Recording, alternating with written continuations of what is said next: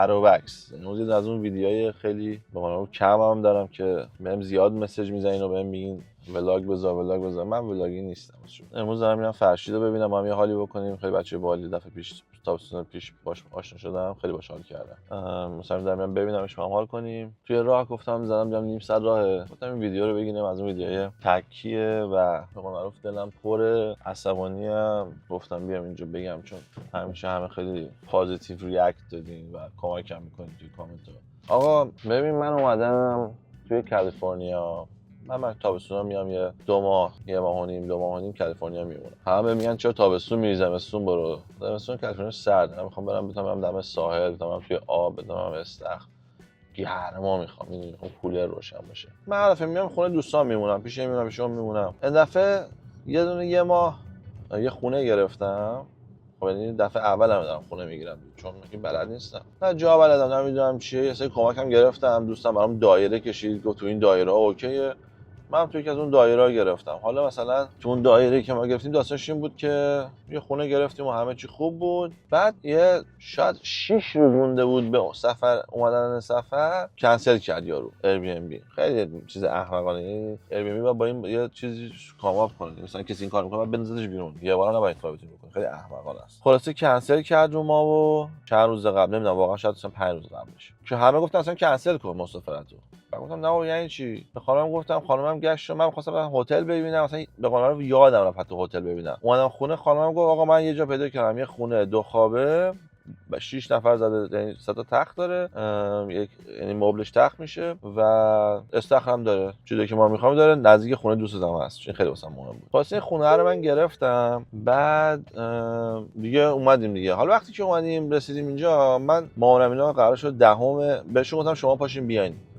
قبل اصلا آلی بهشون گفته بودم که خونه قبلی رو گرفته بودم، اون که کنسل شد. بهشون گفتم پاشین بیاین اینجا با هم باشیم، ما حال کنیم، دور هم باشیم، با هم غذا بخوریم، با هم بگیم بخندیم، جایی میریم با هم بریم، همین دور هم باشیم. خب مامان بابام خیلی به قول معروف، مامانم هر روز مثلا تو ونکوور که هستیم میره خرید میکنه و میاد و میره و اینا. بابامم خونه‌اش هیچ کاری نمیکنه. من گفتم خب من مامان همیشه داره میگه وای خسته شدم رفتم خرید، وای خسته شدم قبل مثلا این به این برسم به اون برسم. به مامانش خیلی میرسه، به هر کسی که کاری که داره. بعد خودم خب اگه مسافرت بیاد، یه معروف زنگ تفریح دیگه، بریکی گرفته میاد واسه خودش عشق میکنه اینجا، با هم غذا درست میکنه، مثلا یه هفته این غذا درست میکنه، یه هفته خانم من غذا درست میکنه دیگه، همه راحتیم و دور همیم از این حرفا. بعد که ما اینا اومدن اینجا، خیلی روی مود چیز بودن، مسافرت قراره چیکار بکنیم، کجا رو بریم ببینیم، کی میریم ساحل. بعد من چیز بودم که خب شما متوجه نیستین که این مسافرت مثلا 30 روزه. آره مثلا ما نمیشه میره پاریس 3 روز، میره نمیدونم بارسلونا واسه 3 روز. آره صبح میری یه جا، عصر میری یه جا، ظهر میری یه جا، شب میری یه جا، واسه اینکه میخوای همه جا رو سعی کنی ببینی. ولی وقتی یه جا دیگه ما موضوع چیله. بعد اخلاق منم که میشناسی، منم آدم چیلی ام. مثلا من میام مسافرت، من اینو مثال همیشه میزنم که آدم بفهمن. من 2 بار رفتم تا حالا نیویورک، تا حالا اون خانومه سبز و با شعله‌اش ندیدم. یعنی هر کسی که بره نیویورک تو فکر می‌کنی بذار ماشین خوش رانندگی کنه که من بتونم فیلمو بدرست کنم. خلاص آقا ما اومدیم اینجا و مامانم بودن خیلی تو مود مسافرت بودن. من گفتم بابا آروم باشین، چیز خاصی نیست، اومدیم با هم چیل کنیم به قول معروف. ولی دیدم نه، اینا اصلا تو این فاز نیستن، اینا تو فاز اومدن مسافرت. گفتم خیلی خب من براتون پس چیز درست میکنم.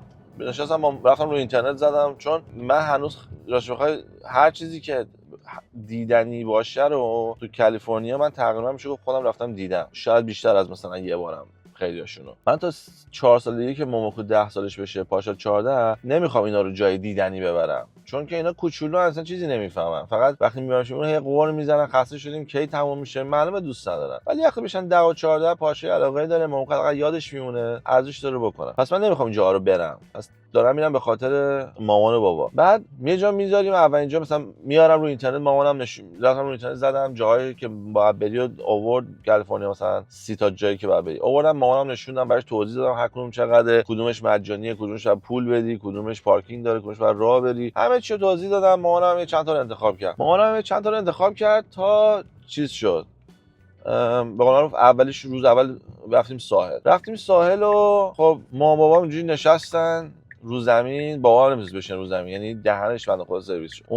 اصلا یه جا رفت دیگه، یعنی اینقدر سرویس شد که یهو مثلا ساعت مثلا ما 3 شو بابام رفت، بعد 5 ما زنگ زد که نمیخوایم بریم، بعد گفتیم که اوکی بریم. بعد گفتیم تو کجا بودی؟ گفتم مثلا اونجا یه جا سکو پیدا کردم بشینم، چون پیره نمیتونه رو زمین بشینه. خب گفتم اوکی. ما فقط رو زمین نشسته بود، هیچ کاری نمی‌کرد، میدونی، نه مثلا موزیک گوش بده، نه مثلا بلند شه بگی من میخوام یوگا کنم تو ساحل، نه مثلا بره تو اقیانوس بگی میخوام، هیچ کاری نمی‌کنه. من نشستم تو ساحل. اما خب اینا که نمیتونن پاسوی به این حال کنن، ولی اوکی به من چه. تنها مشکل ما این بود که ما چیز نداشتیم، یه چادر برده بودم درست کرده بودم جایش سایه درست کردم، ولی صندلیو بهش فکر نکرده بودم. خلاصه یه صندلی سری سفارش دادم از آمازون، صندلی 2 نفره گنده گرفتم براشون که بتونن راحت باشن دفعه بعد که میریم بیچ. این روز اولی که مثلا اینجا بود. روز دوم بردمشون یه جایی که یه چیزی رو بعد ببین. منم توی این چند روزه که مثلا آمریکا و این حرفا، قبل از اینکه مامان اینا بیان هر روز داشتم چیز درست می‌کردم، هر روز ویدیو درست می‌کردم، کانسالتیشن داشتم، همه اینا رو استاپ کردم بعد به خاطر مامان اینا. ولی توی روز احساس می‌کنم اینا خوشحال نیستم، مثلا میگم ببین تو استخ به استخ تیکه می‌ندازن. اینم نگفتم این خونه‌ای که من گفتم جاش مثلا تخمیه. خب من چه می‌دونستم مثلا چه به تخمی سر کوچمون چیزه صافکاریه، ولی مثلا بعد صافکاری دیگه فقط خونه است. اولین یونیت اون خیابون صافکاریه، معمولا صافکاری تو جای مثلا خوب شهر که نیست دیگه. اینجا حالا مثلا به نظر جای خوبی نمیاد، برای ما عالیه. خب ما که نمیخوایم مثلا اینجا زندگی کنیم یا بچه‌هامون اینجا بزرگ کنیم، نه ما یه جا میخوایم که شب بخوابیم، بعد اگه میخوایم از تو خونمون از توی راهرو میریم یه جایی تو ماشینمون ظاهر میشیم، یه در باز میشه ما میایم بیرون.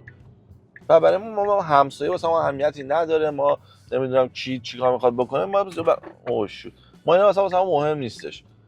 و منم اوکی شدم. روز اول که اومدم گفتم که پس حواسم باشه سال دیگه تو این منطقه نیام. اینو خب یاد گرفتم، ولی دست کاری نمیتونم بکنم دیگه. خب من خیلی تو احساس کردم که مامان بابام ناراحتن از جایی که هستن. خب من خیلی بده که تو احساس کنی یه کاری داری میکنی که به یکی مثلا حال بدی ولی طرف ناراحت باشه. خب بعد اونم چه دیگه مثلا مامان بابا. بعد بردمشون یه جایی که خیلی خفنه، بهش میگن ابزرواتوری. بردمشون توی این ابزرواتوری و دیدم هیچ علاقه به هیچ چی نداره. مثلا راجع به چیزای خیلی خفنی توش هست، مثلا تسلا، کسی که برق رو اختراع کرده، مثلا میز کارش اونجا هست، صندلی که روش یارو کار کرده اونجا هست، وسایلی که اختراع کرده، سری واقعی اون که تو آفیس خودش بوده اونجا، ساعت موزه خیلی قشنگه. یعنی واقعا چی می‌خوای ببینی دیدنی دیگه مثلا. بعد اینا هیچ تو توجهی به این نکردن کلا. یعنی مثلا خیلی جونا که باحال و اینا، بعد خیلی خاص نبود براشون. یعنی یه سوال نپرسیدن که این چیه اون چیه.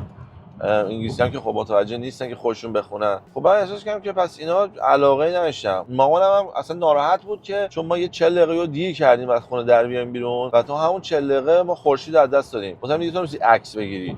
مامانم هم که فقط می‌خواست عکس بگیره، هیچ اهمیتی واسش نداشت هیچ. یعنی وقتی اونجا غروب بود اصلا انگار که مثلا دیگه آردی باختیم بازیو. بعد خب من خیلی ناراحت میشم، میگم چه مسخره بازیه، چه اینجوری شما. بعد روز سوم رفتیم بیچ، دوباره توی بیچ همش وای راه طولانیه، وای چرا اینجوری خونه انقدر دوره به هیچی نمیرسیم. خیلی لول قول زیاد بود، من دیگه عصبانی شدم و روز چهارم یه هتل گرفته بودم، یه جایی بریم واسه 4 روز هتل. رفتیم هتل هالول کردیم اومدیم.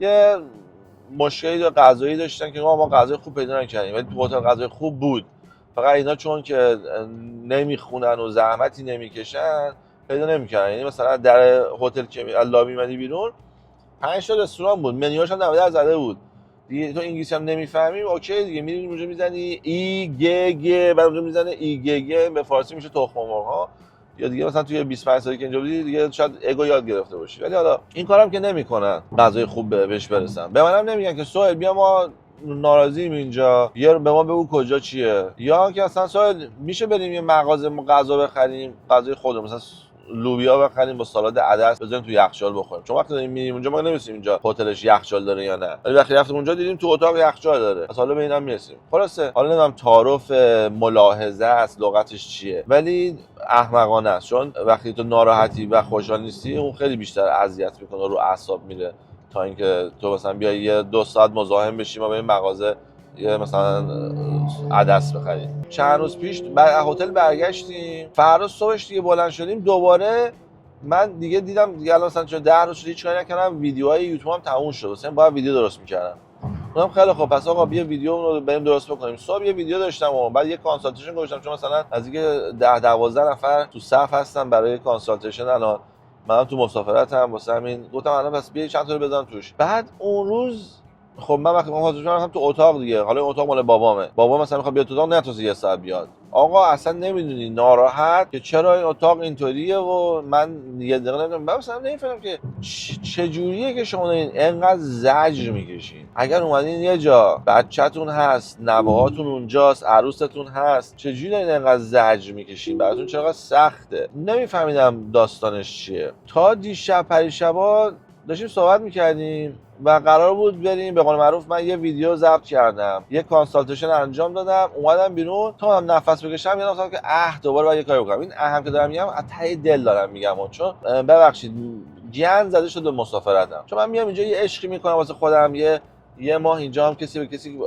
همه چی ریلکسه، به کسی نباید جواب بدی، صبح بلند میشی خونه راه میری چپ و نگاه میکنی راست نگاه میکنی، میشی یه ویدیو تو درست میکنی. اصلا بهشت من این مسافرت کالیفرنیا، یعنی واقعا از اونجایی که برمیگردم هر ماه میشمارم که 11 ماه 10 ماه اینجوری که برگردم اینجا. و وقتی مامانم اومدن ما هر روز داریم یه کاری میکنیم، هیچکی هم خوشحال نیست، هیچکی نمیگه آخ جون چقدر خوشمزه بود اون پیتزا، آخ جون چقدر اون منظره خفن بود، آخ هیچکی هیچ چیزی نمیخواد دوباره ببینه، همه فقط وای خدا رو شکر رسیدیم خونه چه گرم بود. یعنی مثلا معلومه دارن فقط به زور میگن که انگار باید زور توریستی باشی. من این منطقو نمیفهمیدم، چون آدم شاید 10 تا مسافرت اولش باید توریستی باشه ولی بعد از اون دیگه باید آقا چیلکس باشه به نظر من اتفاقا. حالا دیشب قرار شد بریم دیروز قرار شد بریم بورلی هیلز. ما میگه هر روز هوا که میگم منو ببر بورلی هیلز. بعد من نمیفهمیدم منو ببر بورلی هیلز یعنی چی، چون که یه کوچه است دیگه، مثلا یه منطقه است دیگه، مثلا مثلا چه اتفاقی داره میفته توش یه بار رد چی خونه‌اشو ببینی آقا که کول. این کارم کردیم، رد شدیم توش اتفاقش میاد یه جایی همون بیچ دوم تو بورلی هیلز رد شدم. بعد بهش گفتم آقا این بورلی هیلز خونه‌ها نگاه کنید،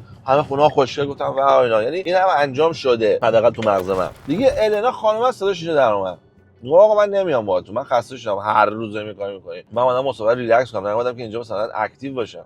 گفتم اوکی فرناف، تو بشی خونه تو هم بهترم هست، اینجوری من نباید هی فارسی انگلیسی حرف بزنم چون هیچ کی به غیر از من انگلیسی حرف نمیزنه. و از اون ورم پاشا موموکو خیلی دوست داره بغل پنجره بشینه، اگه اینجوری بشه صندلی خالی میشه، موموکو میشینه اونجا، پاشام کل تمام خوش میشه لش کنه عشق کنه. گفتم خب آپگرید شد اصلا. به مامانم اینو گفتم، شروع کرد نزدیک 17 ثانیه نظر دادن راجع به این. خب نه یاد هر کسی هر کاری دوست داره بکنه، آدما نباید که همه اینجوری باشن، یه سری دوستان بمونن خونه، یه سری دوستان برن بیرون. بعد دیگه بعد 17 ثانیه شد دیگه من خسته شدم، مامان کسی تو نظر نخواست، فقط گفتم این نمیاد، واسه همین من کارم تموم شده بریم، چون شب مهمونم میخوام به مهمونیم برسم، بریم که اینو انجام بدیم که من برسم مهمونی. میگه اوکی. من خب دلم میخواست عروس هم بیاد. میگم وا تو الان 17 ثانیه به 50 مدل هر زبونی که میشه تو گفتی که به جهنم این نمیاد، من خود نیاد. بعد منظور همه حرفا این بود که میخواد بیاد. خب این چه طرز حرف زدنه؟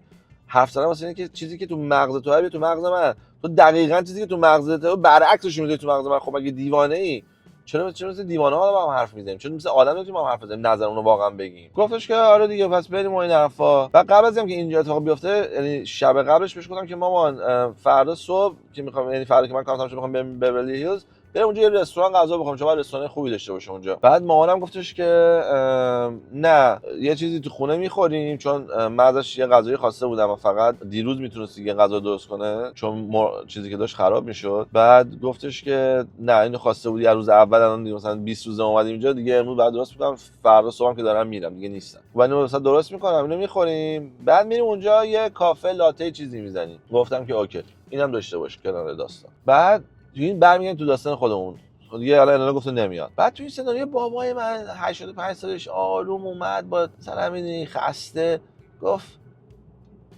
اوکی منم نیا. آقا مامانمون میگه انگار آب ریختی رو روغن، تو آتیش روغن داغ درکی، اصلا نیا، اصلا ولش کن فلان.